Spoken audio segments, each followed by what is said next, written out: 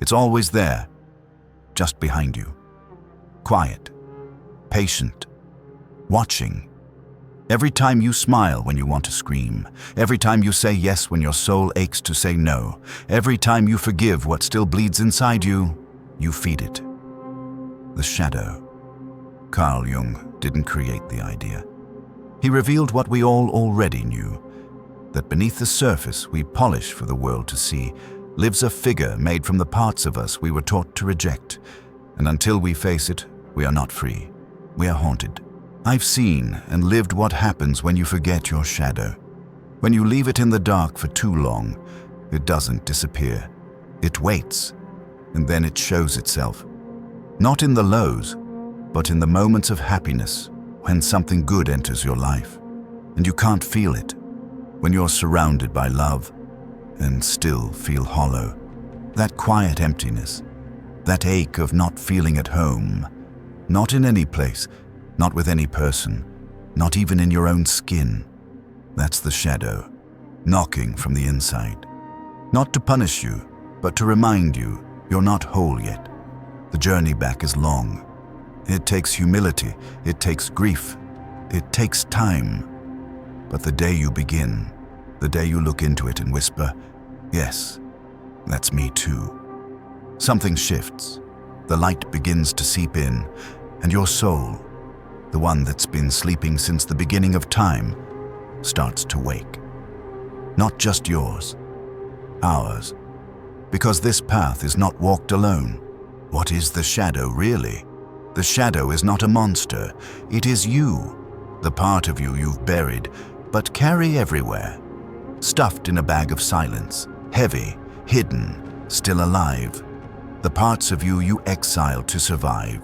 Your rage, your jealousy, your arrogance, your sexuality, your ambition, but also your brilliance, your joy, your freedom, your creativity. As Jung wrote, the shadow personifies everything that the subject refuses to acknowledge about himself, and yet is always thrusting itself upon him. In other words, what we hide never stays hidden. It finds a way to return. The shadow isn't evil. It is disowned.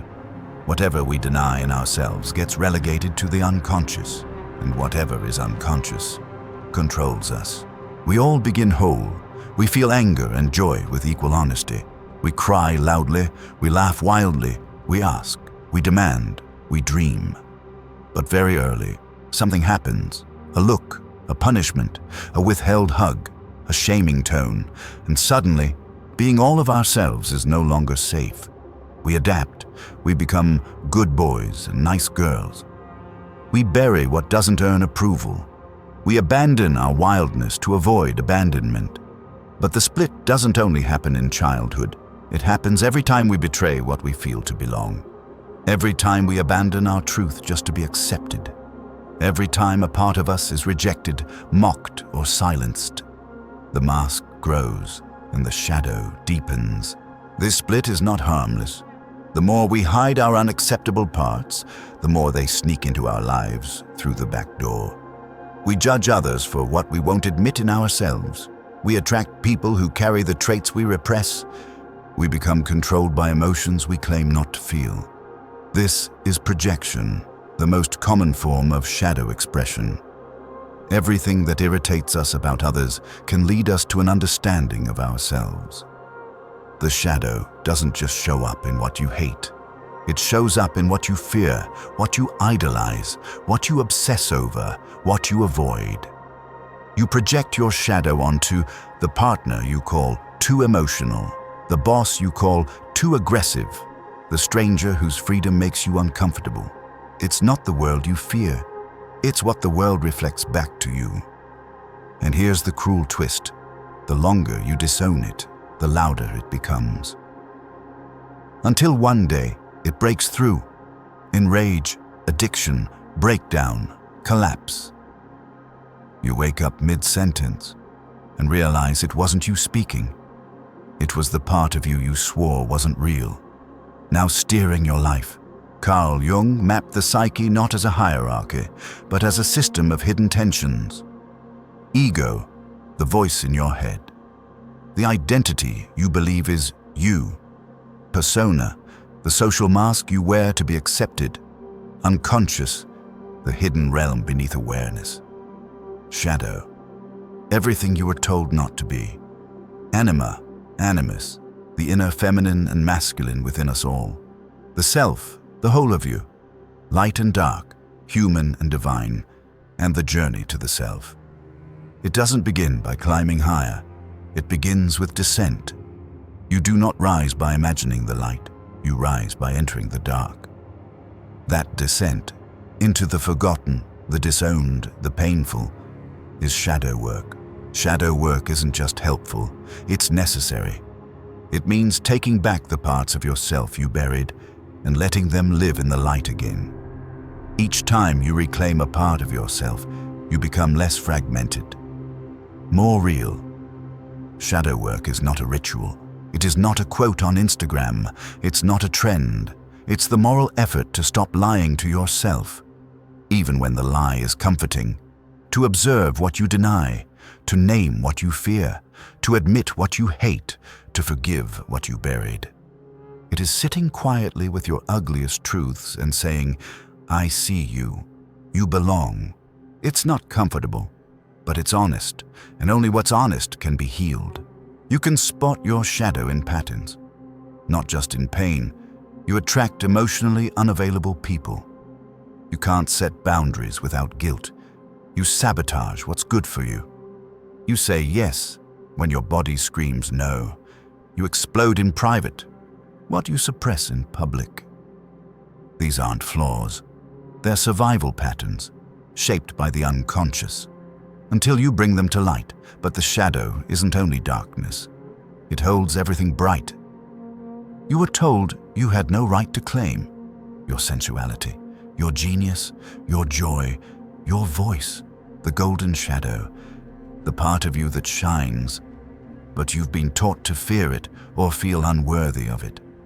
Many people fear their greatness more than they fear failure. They hide their gold in the same bag where they hide their shame, and it rots there, unlived, unclaimed, until they remember to look for it. Walking into your own shadow isn't a technique. It's a reckoning. It begins when you stop running from your pain and turn toward it. The first step? Not mastery, not control, just honesty. Start here. Watch your emotional reactions. Don't judge, understand. Write without editing. Spill. Set a timer. No filters. List the traits you're proud of. Then list their opposites. What if both lived in you? Sit in silence. Listen to the part of you that scares you most. Let it speak. And above all, compassion. That part of you you've been running from. It was never trying to destroy you. It just didn't want to be left behind. Jung wrote, "The shadow is a moral problem that challenges the whole ego personality. No one becomes conscious of the shadow without considerable moral effort. That effort asks more than awareness. It asks for sacrifice, letting go of who you thought you had to be, forgiving the version of you that only knew how to survive, standing naked before your own inner truth without flinching. And it doesn't stop there. It includes relapse, regression, resistance, because your ego will fight to protect its image, even when that image is killing you. Shadow work isn't done once. It isn't a box you check. It's a path you walk, daily, quietly, with sincerity. Beneath all the masks, archetypes, and roles, there is a center, the self, the wholeness that holds every part of you, the broken and the brilliant alike. Shadow work is not about fixing yourself. It's about remembering you were never truly divided, not before the world taught you'd become someone else. And as you re-own your shadow, one part at a time, a silence begins to grow inside you. Not emptiness, but space. Space where shame used to live. Space for truth, for love, for peace that doesn't perform. The shadow doesn't disappear. It walks beside you, and for the first time it no longer needs to scream, because it has been seen. The privilege of a lifetime is to become who you truly are. And who you truly are is everything you once feared to be.